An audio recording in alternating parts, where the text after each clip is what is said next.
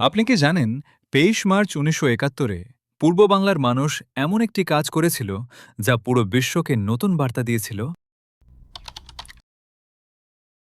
৭ মার্চের ঐতিহাসিক ভাষণের পর সারা বাংলায় অসহযোগ আন্দোলন আরও শক্তিশালী হয়ে ওঠে। এরপর আসে ২৩ মার্চ ১৯৭১। দিনটি ছিল পাকিস্তান দিবস, কিন্তু পূর্ব বাংলার মানুষ দিনটি ভিন্নভাবে পালন করে। অনেক সরকারি বেসরকারি ভবন, শিক্ষা প্রতিষ্ঠান এবং বাড়িতে পাকিস্তানের পতাকার পরিবর্তে বাংলাদেশের সবুজ লাল পতাকা উঠতে দেখা যায়। সেদিনের ঘটনাগুলো স্পষ্ট করে দেয়, বাঙালি জাতি আর পাকিস্তানের শাসন মেনে নিতে প্রস্তুত নয়।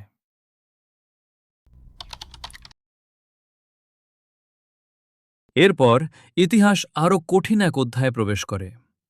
পরের পর্বে জানুন ২৫ মার্চ ১৯৭১-এর কালরাত্রির ঘটনা।